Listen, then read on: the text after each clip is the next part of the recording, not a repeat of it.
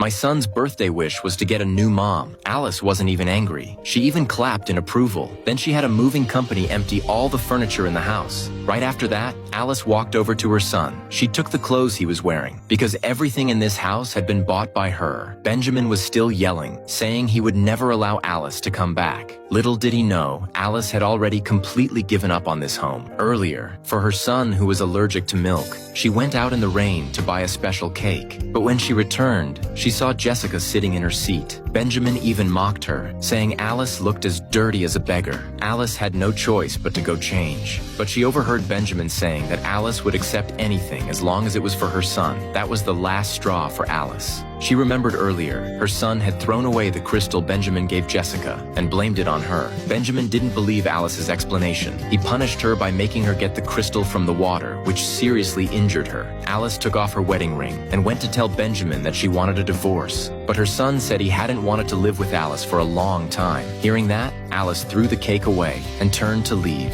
Benjamin yelled that Alice couldn't take a joke and gave her 5 seconds to come back. But when the countdown ended, Alice really turned back. Her son mocked her, saying she really had been acting all along, not knowing Alice had already called the moving company. Benjamin threatened divorce to make Alice stop, but she scoffed, saying she should have divorced him long ago. The next morning, Benjamin woke up and realized he no longer had the warm water Alice brought him every morning. And without Alice, his son couldn't even find the toothpaste. Benjamin told him to eat first, but the breakfast made by the maid was terrible. Only then did Benjamin realize how important Alice was. But he still refused to admit he was wrong. Instead, he wanted to order Alice to come back, only to find he had been blocked. Even his son couldn't reach Alice. Then the assistant reported to Benjamin that Alice had put all her personal assets into high-risk investments. His son happily said Alice would come back and apologize when she ran out of money. But he didn't expect Alice was originally a financial genius and had only dropped out for Benjamin. Alice bluntly said she wanted a quick divorce. Then she began preparing for her PhD under a professor, so her best friend recommended Mike,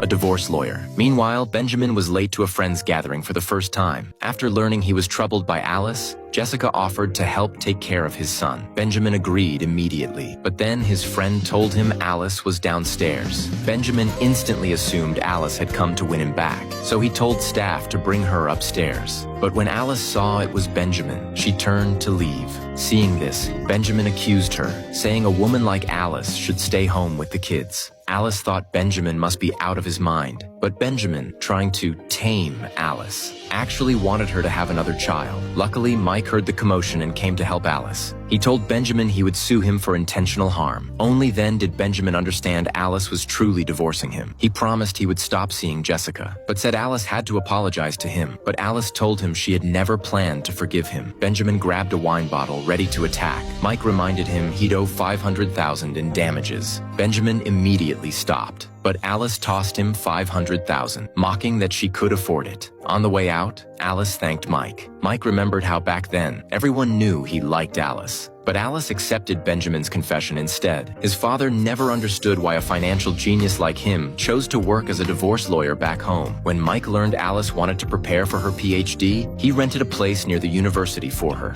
Alice worried about the rent, but in the next moment, Mike told her he was her roommate. Alice was stunned. Meanwhile, Jessica was glued to her phone, causing the boy to eat cake and trigger an allergic reaction. When the boy woke up in the hospital, he comforted Jessica, saying it was Alice's fault for not giving birth to a healthy child. Then the mother-in-law arrived. Seeing both Benjamin and her grandson hospitalized, she immediately called Alice to come apologize. But Alice rejected her outright. Soon after, Benjamin got a call from his staff, learning that Alice would attend the finance gala. Benjamin mistakenly thought Alice was going because of him, so he told his son he was going to teach Alice a lesson. Meanwhile, her best friend was praising Alice for making tenfold returns with her investments. Alice said this was just her normal performance. Her goal was to return to being the real Alice. Before the finance gala began, Alice ran into Benjamin's family. The mother-in-law mocked Alice's cheap dress, telling her to go back home. Her son bragged that Jessica was getting the silver award, but Alice didn't bother responding. Seeing that, Benjamin said that if she apologized, he'd allow her to attend with them. Alice asked whether he had forgotten that she had already divorced him. Benjamin exploded in anger